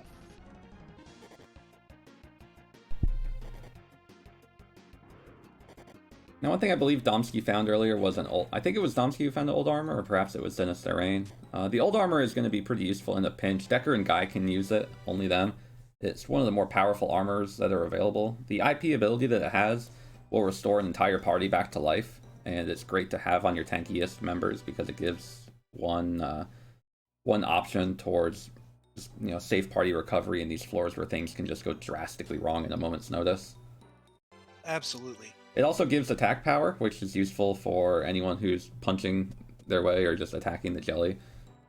Like the only 2 people who can use it. Yeah, Guy and Dakar. typically Guy will. Decker using a Decker Blade will very often run his Fatal Blow on turn 1 and then turn 2 and turn 3, potentially attack from the front or back row, so he appreciates the attack boost, as does Guy, who normally doesn't crave a fractional attack option and instead prefers to do some sort of attack with the built-in multiplier, so the more attack power he has, the better.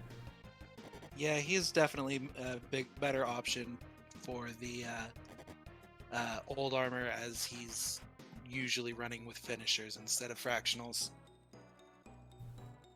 Domskee playing with Orkies over here, letting Flash display just how much of a powerful punch he has with a 510 damage attack hit. Flash is a little bit scary to use at the jelly because he has the potential to use attacks which just don't do anything. But his unicorn form does have respectable power.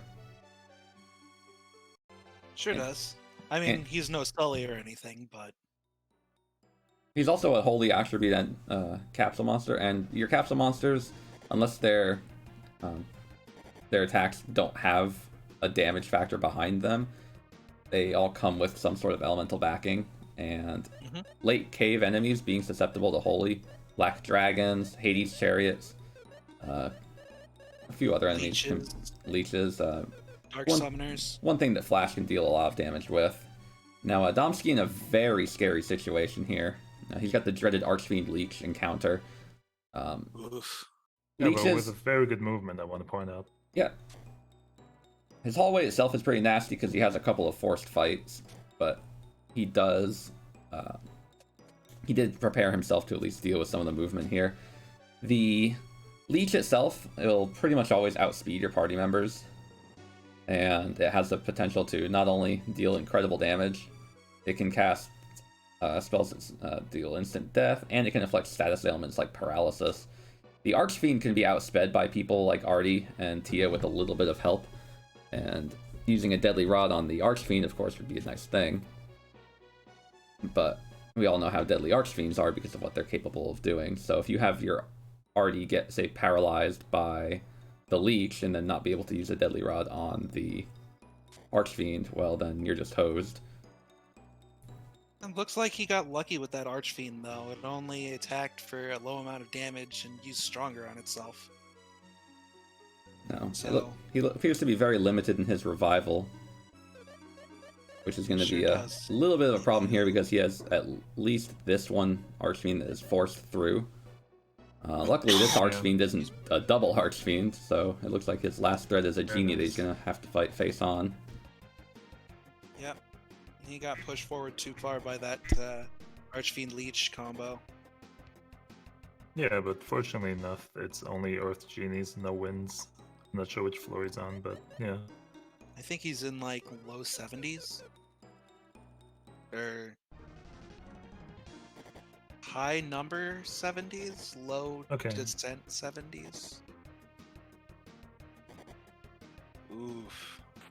DCBoi. Yeah, Showing off why mimics are so awful. yeah. And getting away with it. Good job. And I've seen HabKeineName try farming the Survive and Instant Kill attack on Assassins here for a while. It's cost him quite a lot of time until he apparently finally decided that it was not worth his time. And yeah, I mean, that would be a good point to go for. It would And be. he has a His lot of time partner to take, does have so- that one. Yeah, and he is at Shadows right now, so that Which, if should you ask give me, him, is a better alternative.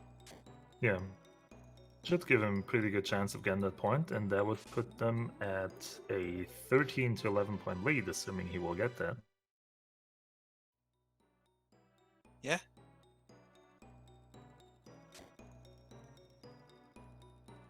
Looks like Domskee just hit 81.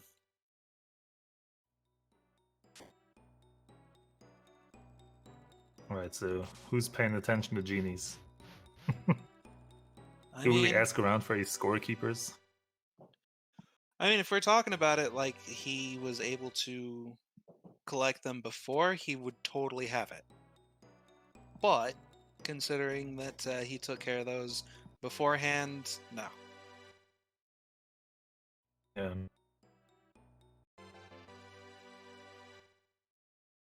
Not only that, but his partner would have to get there too. So,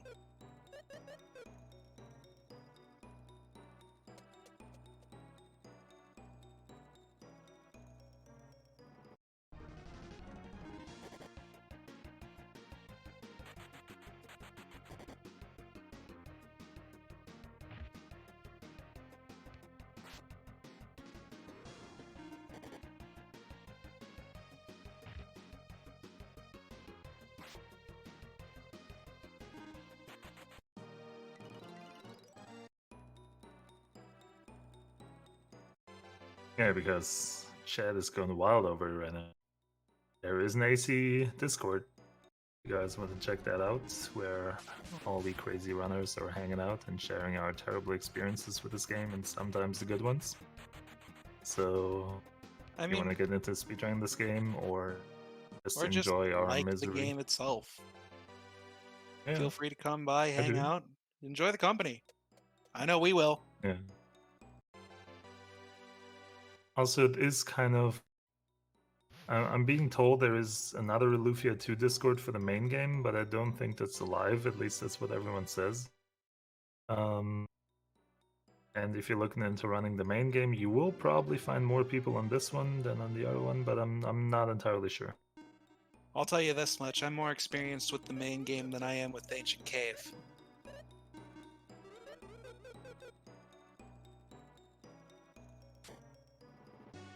But that's just me anyway. Yeah, it's definitely not me. Aw, come on, you didn't want to shell out for the DLC? I mean, DLC isn't me, a bit of history. The DLC's pretty good, all things considered. Oh, it's Yeah. great. I love it. I like the game for sure. Like, no questions about that. Speedrunning it, that's a different story. No thanks. Absolutely. I would definitely recommend you I'm play the much game. It's a relatively, typical JRPG, but for the time it was good.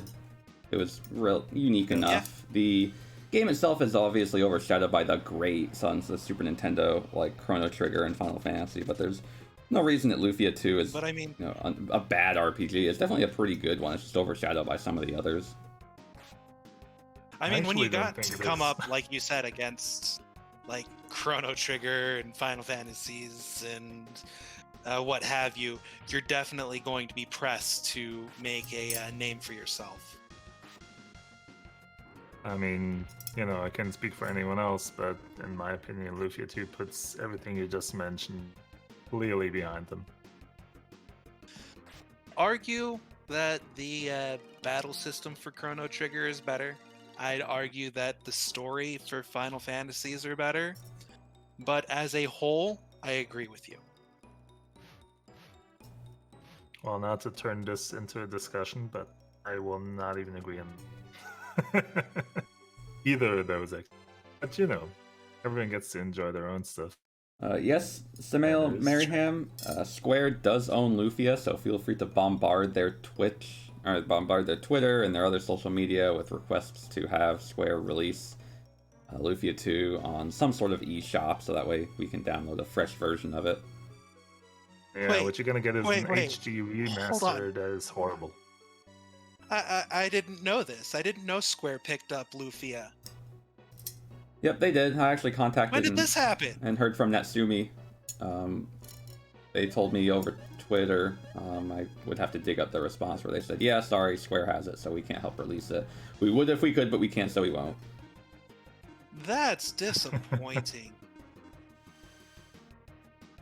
And so in other news, the race is still going on. Hush, Fluffy. We don't And- talk about that one. Yep.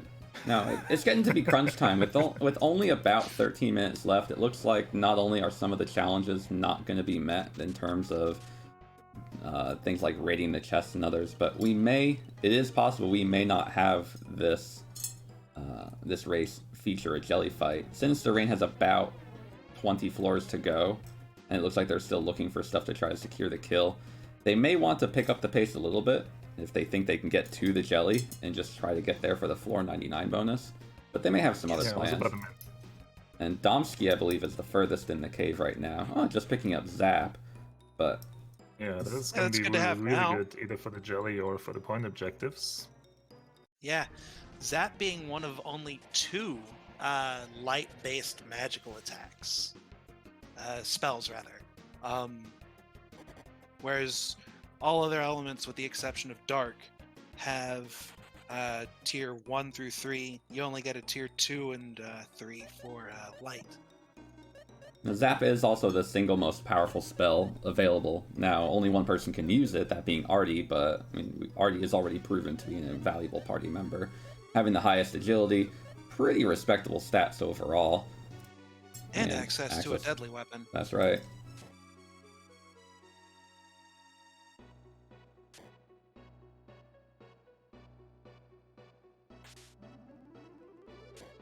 Now, the thing that we're about to see Domskee deal with is a nasty little dragon hallway. Dragons themselves at this point are 3 of the 4 enemies and 1 of the 2 sprites that he's going to see now. From floor 88 until the very end, he's only going to see dragons and his little dark summoner sprites. Dragons come in 3 different flavors: copper, silver, and gold. And silver and gold are especially threatening, but the coppers can be dealt with a bit more flexibility. The Dark Summoners, however, you can be stuck in a pretty sticky situation because they can teleport into doorways, making it impossible to leave a room safely. They can be in a room when you find an Iris Tiara, which is pretty interesting. Yeah. Yeah, that combination especially. Yeah.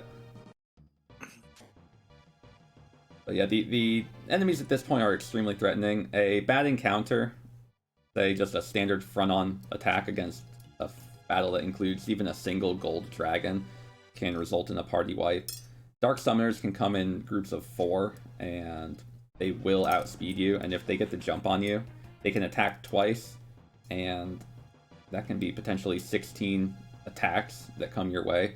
Granted that they don't do a ton of damage individually, but them ganging up on you with spells that deal roughly 50 to 80 damage per hit, and the potential to instant kill your team with a Perish spell, can just be enough to whittle down your party and make it difficult to recover from.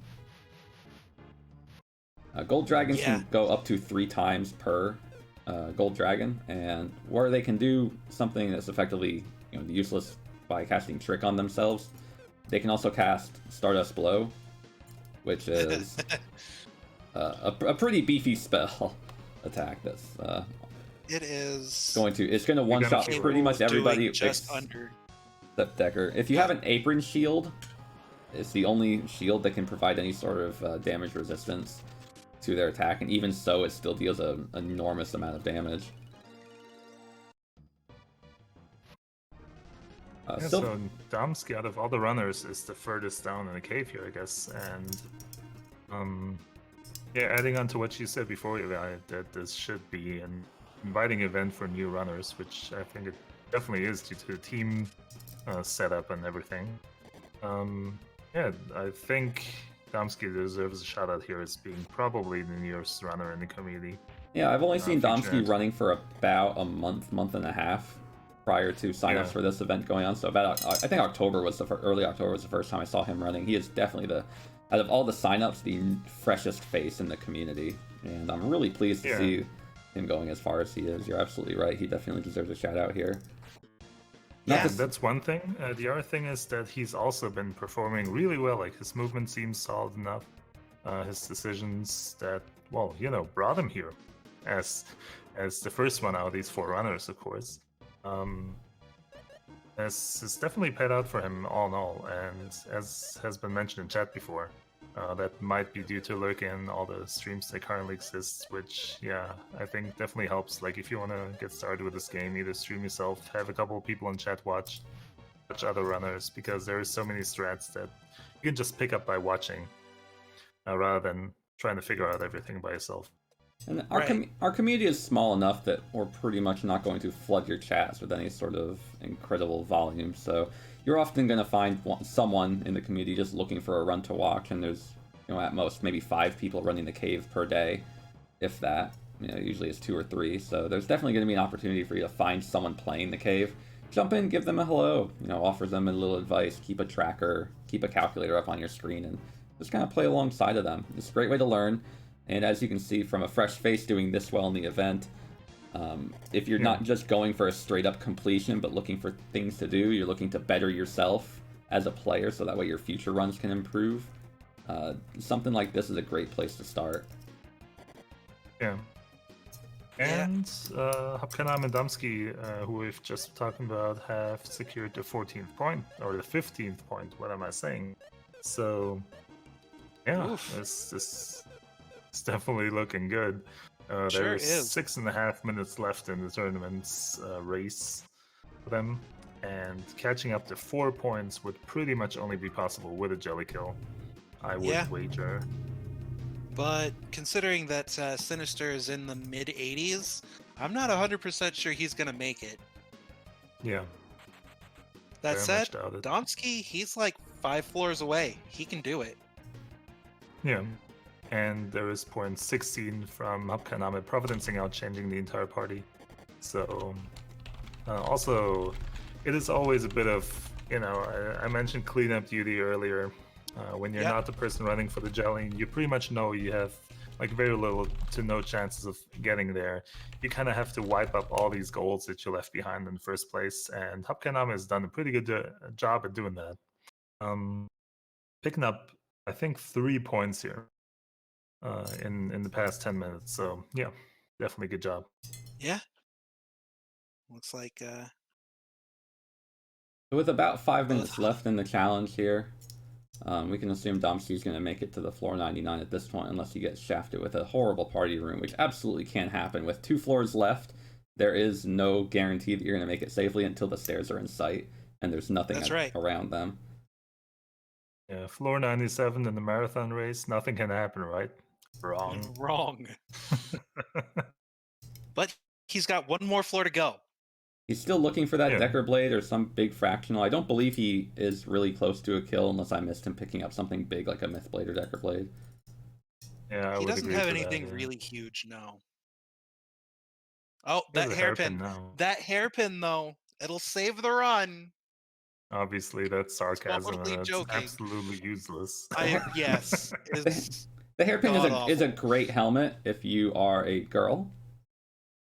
And it does give very good stats. However, again, it can only be used by 2 of the less optimal party members to bring. Yeah. And with the stairs in sight, his final chest is Berserk Blade. Not a good option. The Berserk Blade does have a little bit of merit if you have, say, Guy or Lexus and a Hydora Rock or Cancer Rock to pair with it. But other than that, it's cursed, it sucks up party space. It feeds alright, so if you want to give it to a capsule monster, it's respectable in terms of food quality. Yeah. It also prevents that equipped person from healing. Or am I thinking of a different weapon? It what? I don't think that's correct. Yeah. Okay, I must be doesn't thinking influence it in any way. I mean, Guy and Decker are 2 of the 3 people who can use the Berserk Blade. And of course, they're not going to be casting a healing spell, so... Oh, looks like Dom decided not even to fight. But he made it to floor 99, which is still a point. With great respect, it looks like Dom's got a Providence point. Yeah. Yep. He's got a couple of things in mind, and that's probably a good call, although that's not a very good call. Yeah, not sure ensuring a point. It gives him a little bit of work to do here to help the team out a bit more.